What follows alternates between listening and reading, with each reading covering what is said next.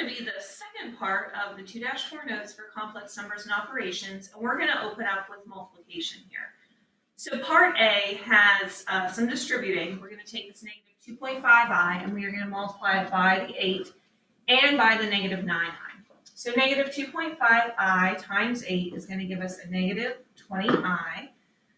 Negative 2.5 times negative 9i is going to be a positive 22.5i squared.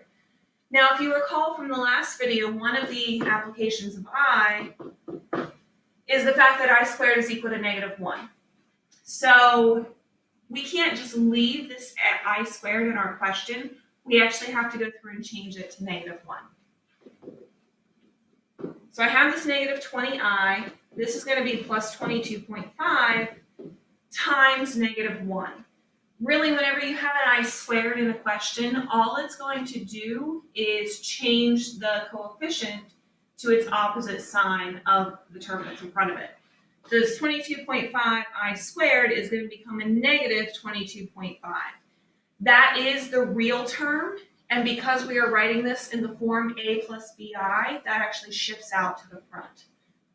So I have a negative 22.5 minus 20i, and that would be my final solution there. Part B is a FOIL question, so I'm going to be going through multiplying the 3's, the 3 times the 2i, the negative 2i times the 3, and the negative 2i times the 2i.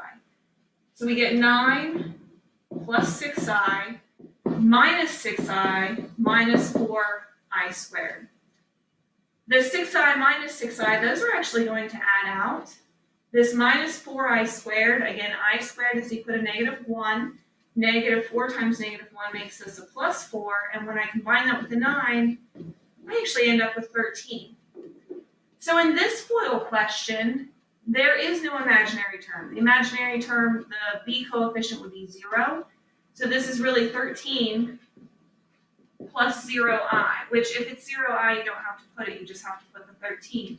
And that's because of a special relationship between these two binomials that we multiply together. These are what we call complex conjugates. Complex conjugates are where you have two binomials where they have the same real part. So the a's are going to be exactly the same sign, same number, same everything. But the imaginary parts are opposites.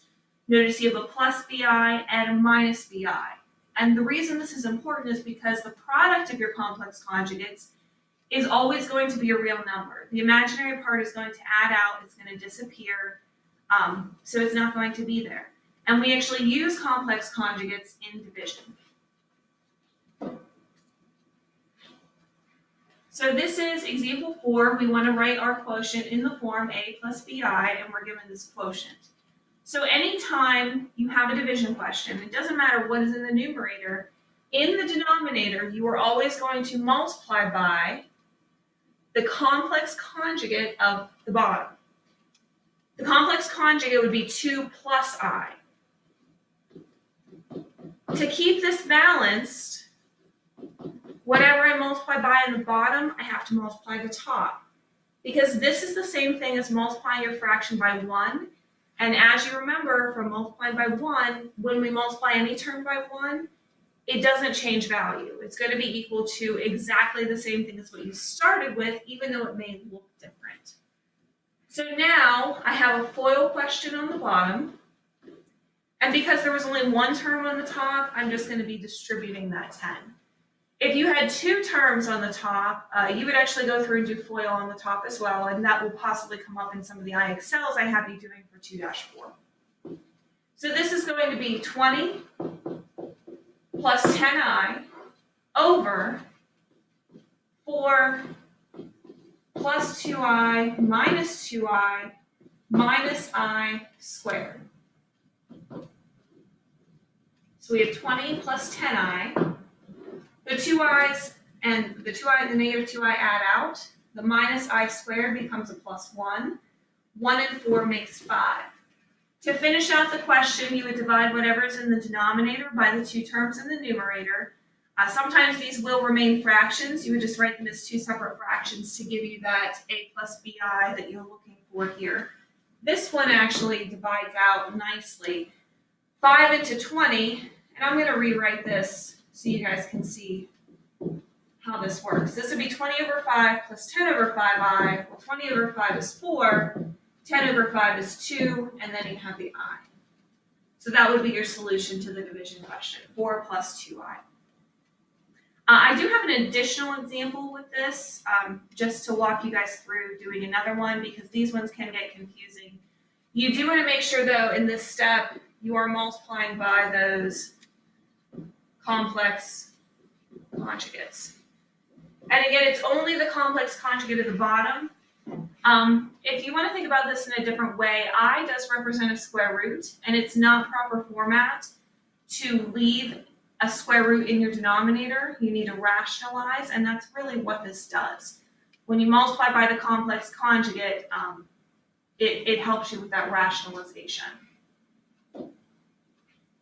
So this is another one. With this one, notice there is an I in the numerator as well as in the denominator. So we are still going to multiply by the complex conjugate of the denominator.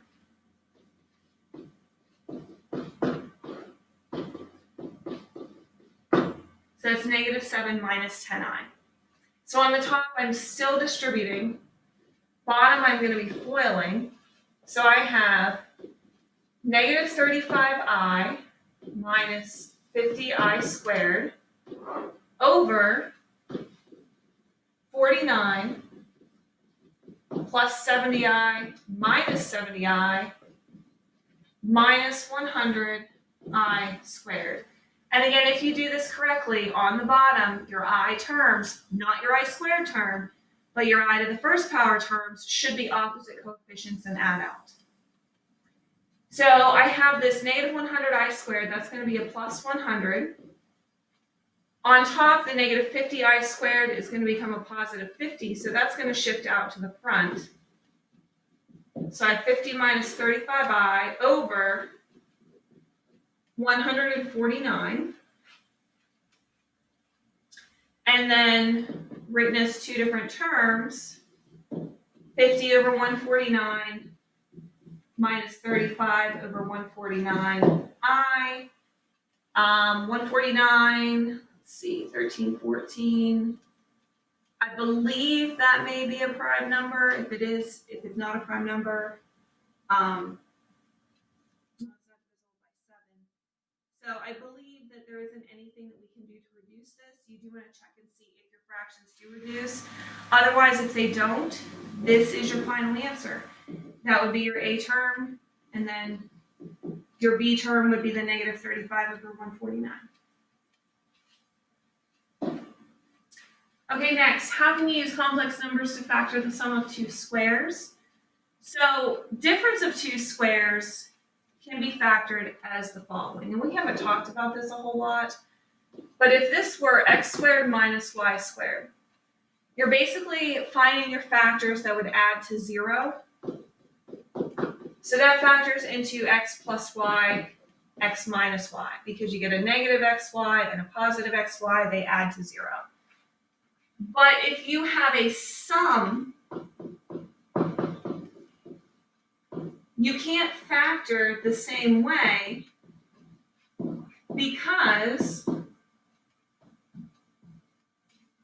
for example, if I made this a minus y, like I had before, well, obviously, if that was the factorization for difference of squares, it can't be the same factorization for sum of squares. If I were to go through and change that to a plus, I would end up with x squared plus 2xy plus y squared, which still does not give me that sum of squares. This is where the I comes in. So we are going to use the subtraction. But you would need to put i's with the y terms.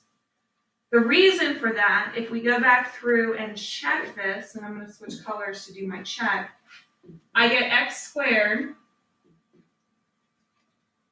plus, that's going to be minus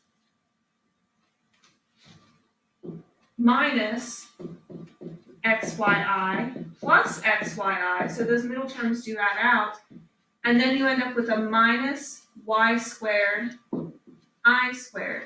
So the middle terms add out.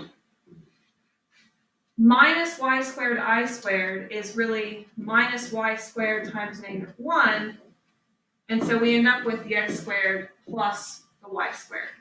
So by adding in that I, you end up being able to multiply a positive and a negative together and end up with the answer a positive, because the I squared changes the sign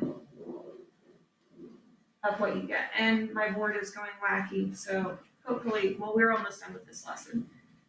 And hopefully I can get it fixed before the next one. Okay, so here's another expression we're going to factor. 12x squared plus 3. This is one where you do need to take out a greatest common factor first. So if you look at these two terms, we can divide them both by 3. And I would be left with 4x squared plus 1.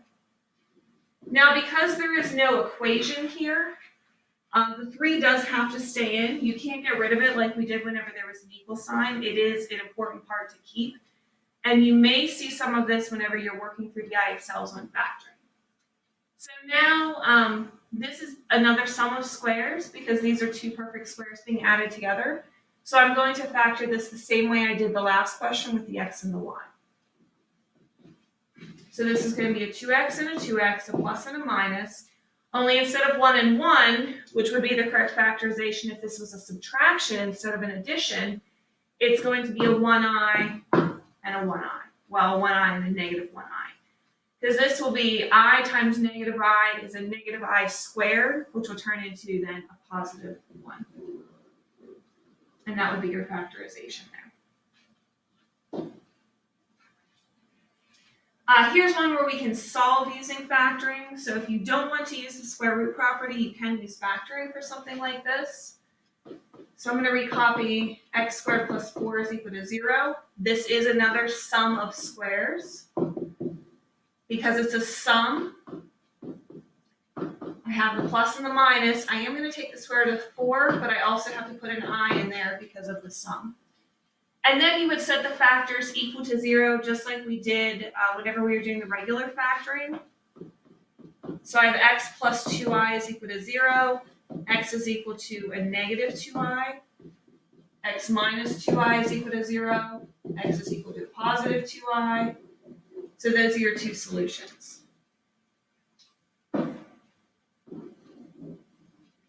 Now, I don't know that this is necessarily the easiest way to go about doing this. I would solve this using the square root property. Do that right here. You would get the x squared by itself. So you'd say x squared is equal to negative 4. Take the square root of both sides.